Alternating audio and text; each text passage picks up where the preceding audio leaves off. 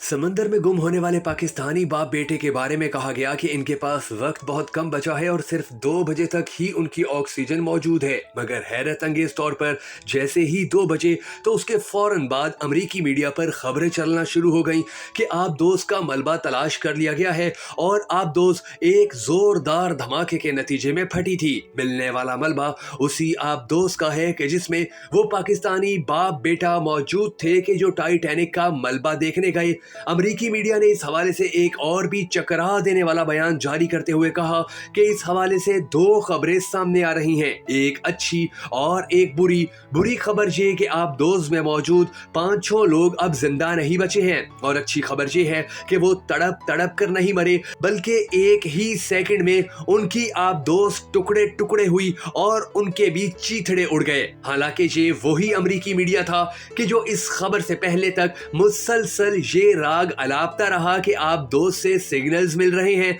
हम जल्द ही आबदोज के पास पहुंच जाएंगे, उनका पता लगा लिया गया है वगैरह वगैरह। मगर इनके तमाम ऑपरेशन मुसलसल नाकाम होते रहे और जैसे ही 2 बजे आबदोज की ऑक्सीजन खत्म हुई तो उसके फौरन बाद इनको वो तमाम मलबा भी आसानी से मिल गया। अब जो दिलचस्प बात है वो ये है कि क्या वो आबदोज वाकई ही इतनी गैर महफूज थी कि जिसमें इस आबदोज के बनाने वाली कंपनी का मालिक भी सफर कर रहा था, पाकिस्तान के 2 अरबपति भी सफर कर रहे थे और फिर इनके डूबने के बाद उन्हें बचाने में भी नाकामी हुई। नाज़रीन गिरामी, याद रखिएगा कि जब भी कभी कोई ऐसा मिशन शुरू किया जाता है तो उस मिशन पर जाने वालों से बिल्कुल उसी तरह एक कागज पर दस्तखत लिए जाते हैं कि जैसे अस्पतालों में किसी मरीज का ऑपरेशन करने से पहले उसके लवाहिकीन से दस्तखत लिए जाते हैं कि अगर मरीज को कुछ हो गया तो डॉक्टर्स इसके जिम्मेदार नहीं होंगे। दूसरी अहम बात ये कि इस तरह की आबदोजों को इंतहाई एहतियात से बनाया जाता है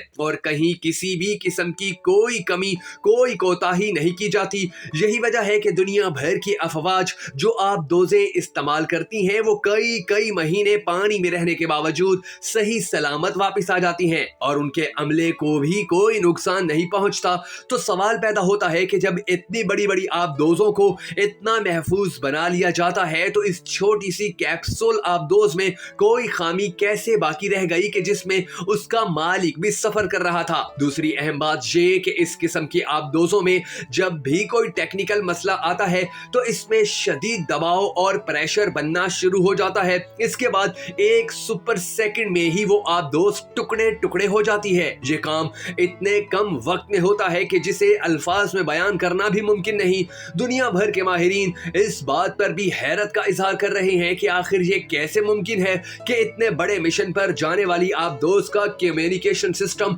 इतना खराब था कि सिर्फ 1 घंटा 45 मिनट में ही उसका राब्ता हर जगह से खत्म हो गया। आपको ये सुनकर हैरत का शदीद धचका लगेगा कि साल 2006 के दौरान बदनामे जमाना कार्टून सीरीज सिम्पसन में बिल्कुल यही कहानी दिखाई जा चुकी है कि एक बाप बेटा इसी तरह समंदर की गहराई में जाने की कोशिश करते हैं, उनकी ऑक्सीजन खत्म होती है और फिर उनको बचाने की तमाम तर कोशिशें भी नाकाम हो जाती हैं। उन बाप बेटे के डूबने के बाद मजीद कौन कौन सी हैरत अंगेज बातें सामने आ रही हैं, आज की इस वीडियो में हम आपको उनकी मुकम्मल तफसीलात बताएंगे। मगर उससे पहले हम सबको दुआ करनी है कि अल्लाह इस मरहूम बाप और इसके बेटे को जन्नत अल फिरदौस में आला मकाम अता फरमाए। अगर आप भी इस दुआ में शामिल होना चाहें तो कमेंट सेक्शन के अंदर आमीन जरूर लिख दीजिएगा और अगर अब तक आपने हमारे YouTube चैनल को सब्सक्राइब नहीं किया तो जरूर कर लीजिए और बेल आइकन को प्रेस करना भी हरगिज मत भूलिएगा ताकि आपको हमारी तमाम तर वीडियोस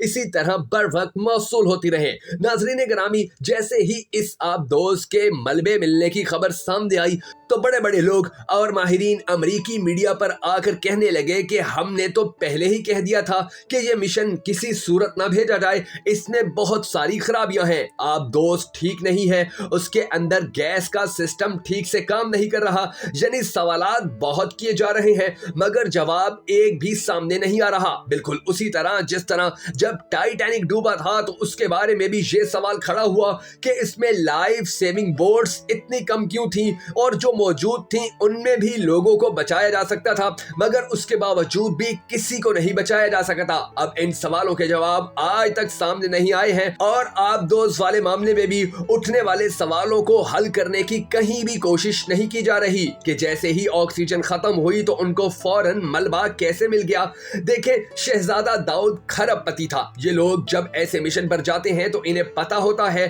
آخر وہ بھی جانتے تھے کہ اس میں کتنے مسائل ہو سکتے ہیں۔ انہوں نے اس بات پر بھی دستخط کیے کہ اگر کوئی بھی مسئلہ ہوا تو وہ اس کے ذمہ دار ہوں گے۔ پھر حیرت کی بات ہے کہ اس کمپنی کا مالک بھی ساتھ تھا، وہ بھی اس میں مارا گیا۔ اب جو سوال ہے وہ یہ ہے کہ آکسیجن ختم ہونے کے بعد فوراً ملبہ کیسے مل گیا۔ بہت بڑے بڑے ماہرین یہ کہہ رہے ہیں کہ دراصل ٹائٹینک کا ملبہ آج تک ملا ہی نہیں ہے، اور اس حوالے سے جو بھی باتیں آج تک سامنے آئی ہیں وہ سب صرف اور صرف جھوٹ پر مبنی ہیں۔ اور یہی وجہ ہے کہ جب چند پاکستانی یعنی 2 پاکستانی باپ بیٹا اس حقیقت تک پہنچنے کے لیے جا رہے تھے تو ان کو راستے میں ہی ختم کرنے کی سازش کی گئی اور بہانہ یہ بنایا گیا کہ ان کی آبدوز کے اندر مسائل پیدا ہو گئے تھے۔ بہرحال یہ جو بھی کہانی ہے، اس کہانی کو اسی طرح سے ہی انتہائی سنگین اور انتہائی سسپینسیبل بنا دیا گیا ہے کہ جس طرح سے آج تک برمودا ٹرائی اینگل کو بنایا جاتا رہا ہے یا جس طرح ٹائٹینک کو بنایا گیا ہے۔ بہرحال آپ اس حوالے سے کیا رائے رکھتے ہیں؟